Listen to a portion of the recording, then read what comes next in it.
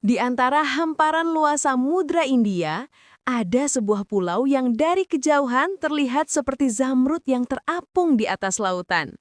Pulau itu adalah Bali, sebuah tanah yang hari ini dikenal sebagai pusat pariwisata dunia, namun menyimpan kisah panjang yang terbentang jauh ke belakang. Jauh sebelum bangunan hotel, jalan beraspal dan lampu-lampu modern pernah menyentuh garis pantainya. Untuk memahami Bali, kita harus kembali ribuan tahun ke masa ketika sejarah belum ditulis. Ketika manusia pertama mulai menjejakkan kaki di tanah vulkanik yang subur ini. Mereka hidup dari berburu, dari alam, dari sungai-sungai yang mengalir jernih.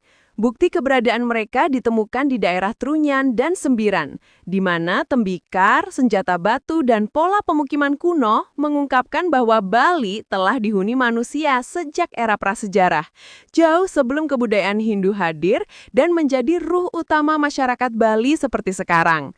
Pada masa itu, kehidupan masih sederhana, namun benih peradaban mulai tumbuh dari hubungan manusia dengan alam sekitarnya, hubungan yang kelak menjadi inti dari filosofi hidup masyarakat Bali.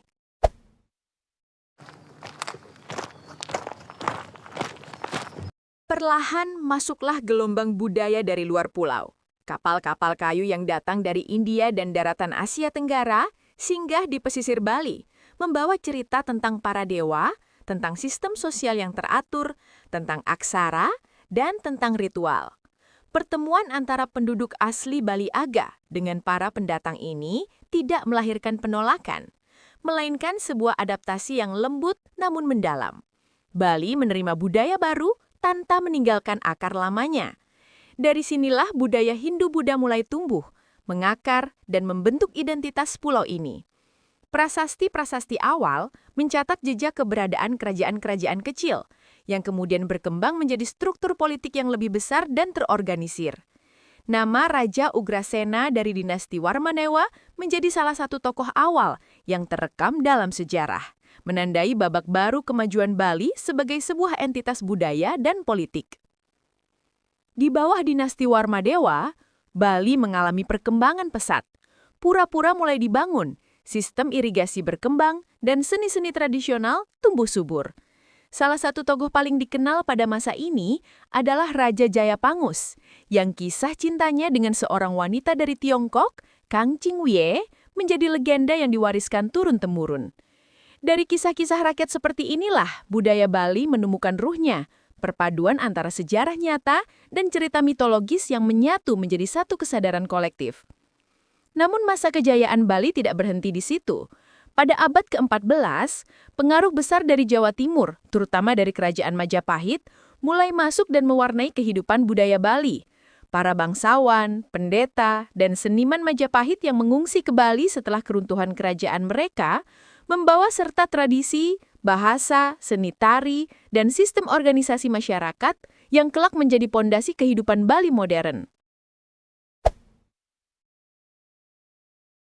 Namun sejarah Bali tidak hanya dipenuhi kedamaian.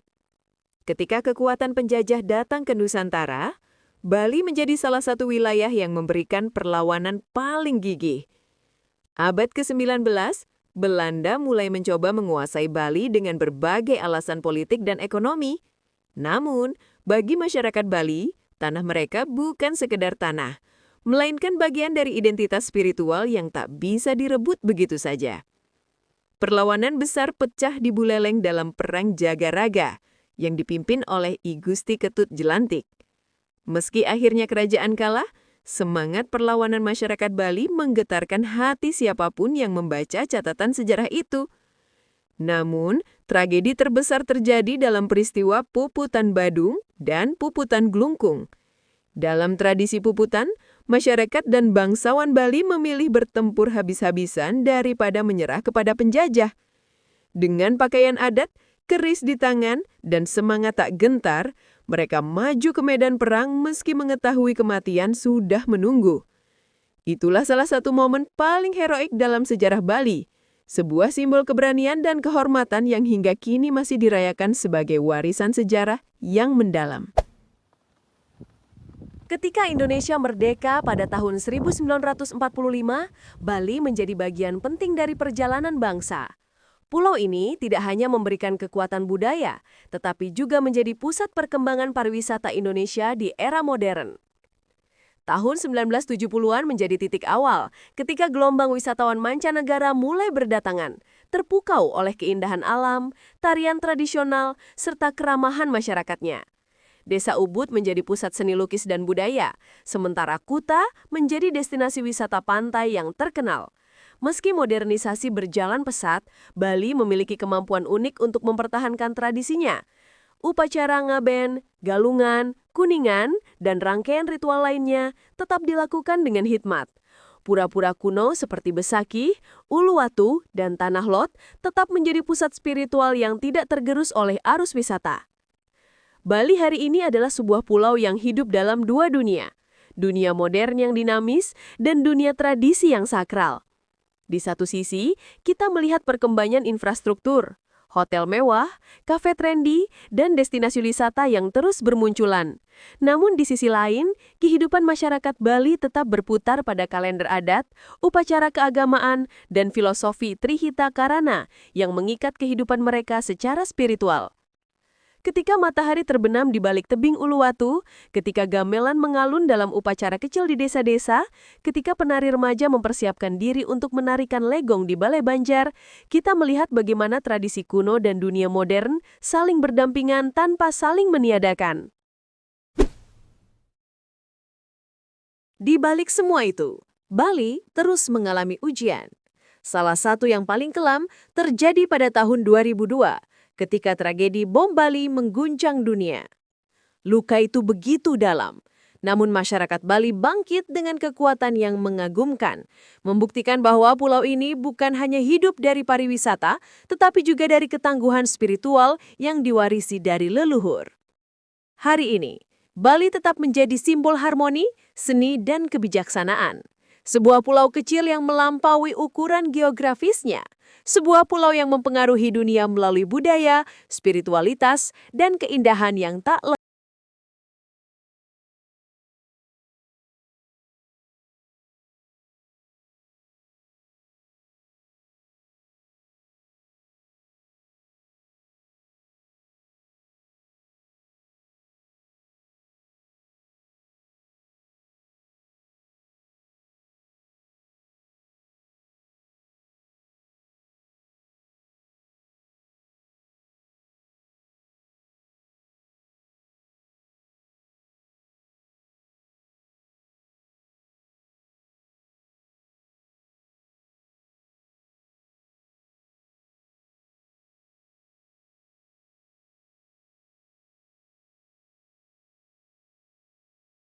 Saksikan perjalanan cerita hari ini bersama aku, Fitri Soimah.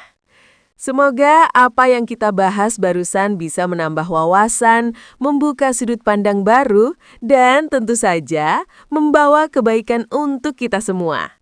Jangan lupa untuk like, komen, dan subscribe supaya kamu nggak ketinggalan cerita-cerita menarik berikutnya di channel ini.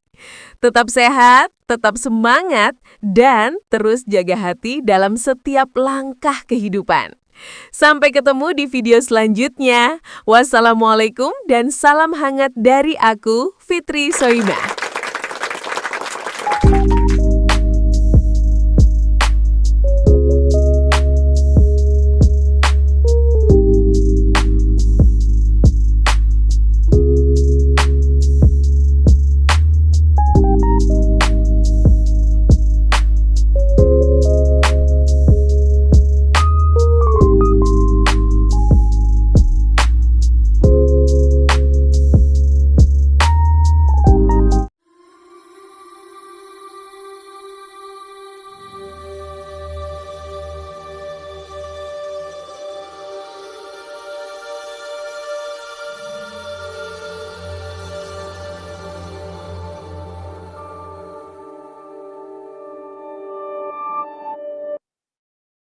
Di antara hutan Kalimantan yang luas, lautan yang tenang, dan pegunungan yang berdiri kokoh, ada satu legenda yang terus hidup dari generasi ke generasi. Sebuah kisah tentang sebuah kota megah, kota yang lebih maju dari zaman manapun, kota yang konon memiliki teknologi masa depan, namun tak pernah terlihat oleh mata manusia biasa. Kota itu bernama Saranjana. Bagaimana mungkin sebuah kota disebut-sebut memiliki jalan raya yang lebar, bangunan megah, kendaraan modern, dan kehidupan yang makmur, tetapi tidak pernah tercatat dalam satu pun peta resmi Indonesia? Mengapa masyarakat sekitar Pulau Laut percaya bahwa kota ini berdiri berdampingan dengan dunia manusia, namun berada dalam dimensi yang berbeda? Dan yang lebih misterius lagi, bagaimana mungkin ada kisah nyata tentang pemesanan alat berat dari kota Saranjana yang menghebohkan Kalimantan di tahun 1990-an? Hari ini, kita akan menyelami kisah lengkap tentang Saranjana. Kita akan melihatnya dari sisi sejarah, budaya, antropologi, psikologi, dan tentu saja dari sudut pandang mitos dan kepercayaan lokal yang membentuk legenda ini selama ratusan tahun.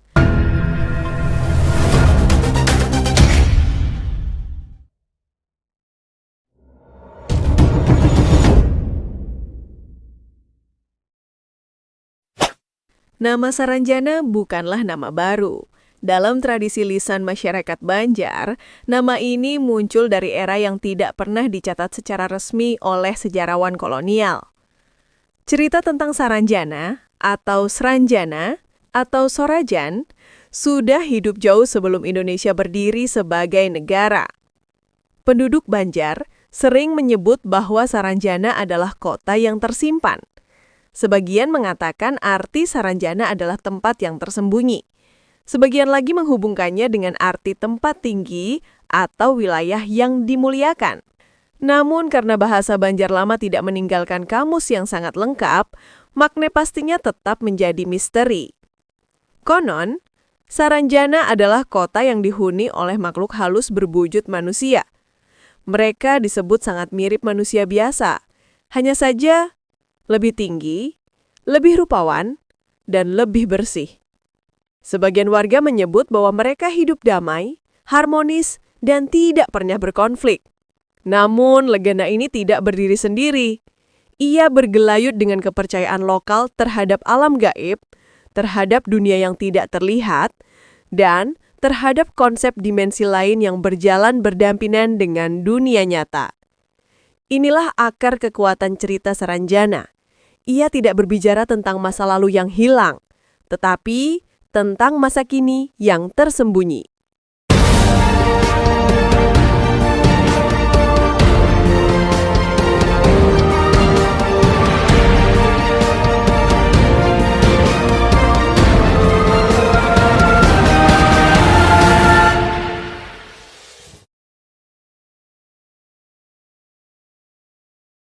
Dalam kisah yang diturunkan secara oral, Saranjana digambarkan sebagai kota yang sangat maju. Ceritanya bahkan menyebut jalan-jalan raya yang lebar dan bersih, bangunan bertingkat, konon seperti gedung modern, kendaraan yang melaju tanpa suara, lampu-lampu terang jauh sebelum desa-desa di Kalimantan Selatan memiliki akses listrik. Warga yang hidup dengan teknologi misterius yang bahkan tidak dikenal manusia biasa. Cerita turun-temurun ini muncul dari berbagai desa di Pulau Laut dan wilayah pesisir Kalimantan. Menurut cerita, jika seseorang tersesat dan tanpa sengaja masuk ke wilayah Saranjana, ia akan melihat sebuah kota modern yang megah. Namun begitu ia keluar atau berpaling, kota itu menghilang, seolah disapu angin. Orang-orang yang masuk ke kota itu, menurut legenda, biasanya tidak kembali. Dan jika kembali, mereka berubah. Mereka menjadi pendiam, lembut, dan jarang berbicara tentang pengalaman mereka. Namun cerita-cerita ini, meski terdengar mistis, sebenarnya menggambarkan satu hal penting. Saranjana bukan hanya kota. Ia adalah metafora budaya tentang wilayah terlarang, wilayah yang harus dihormati. Kisah paling terkenal tentang Saranjana terjadi pada awal tahun 1990-an. Kisah ini bertahan hingga sekarang, menunjukkan betapa kuatnya legenda Saranjana di masyarakat Kalimantan. Kisahnya begini. Sebuah perusahaan alat berat di Jakarta menerima pesanan beberapa unit ekskavator, bulldozer, dan kendaraan konstruksi lainnya. Semua dipesan oleh seseorang yang mengaku sebagai pejabat dari pemerintah Kota Saranjana. Semua dokumen lengkap, alamat kantor, nomor telepon, nama pejabat, surat resmi, bahkan DP transaksi. Namun, begitu alat berat itu dikirim ke Kalimantan Selatan, pihak pemerintah setempat kebingungan. Mereka bertanya, ini kiriman untuk siapa? Untuk Kota Saranjana? Tidak ada Kota Saranjana di Indonesia. Ketika perusahaan mencoba menelusuri alamat itu lagi, alamatnya raib. Tak ada bangunan, tak ada kantor, tak ada jejak pemesanan. Supir truk dari Jawa bahkan mengaku bahwa mereka sempat melihat jalan besar menuju lokasi itu. Tetapi ketika mereka kembali ke tempat yang sama beberapa hari kemudian, jalannya hilang. Kisah ini membuat banyak orang percaya bahwa Saranjana bukan sekadar legenda. Memasuki abad ke-21, nama Saranjana kembali naik. Media sosial, podcast, TikTok, YouTube, dan urban legend modern membuat cerita tentang Saranjana semakin terkenal.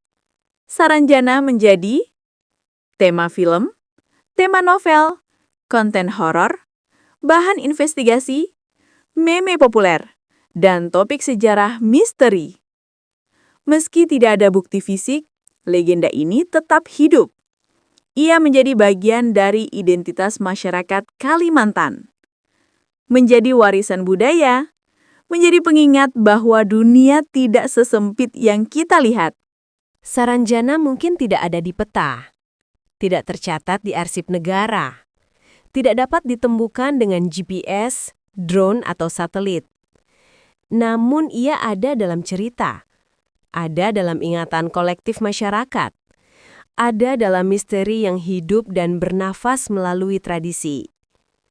Saranjana mengajarkan bahwa tidak semua yang tidak terlihat itu tidak nyata. Kadang, yang lebih kuat adalah sesuatu yang hidup dalam kisah manusia. Dan mungkin, barangkali saja, kota itu memang ada. Hanya bukan untuk kita. Terima kasih sudah menyaksikan perjalanan cerita hari ini bersama aku, Fitri Soimah.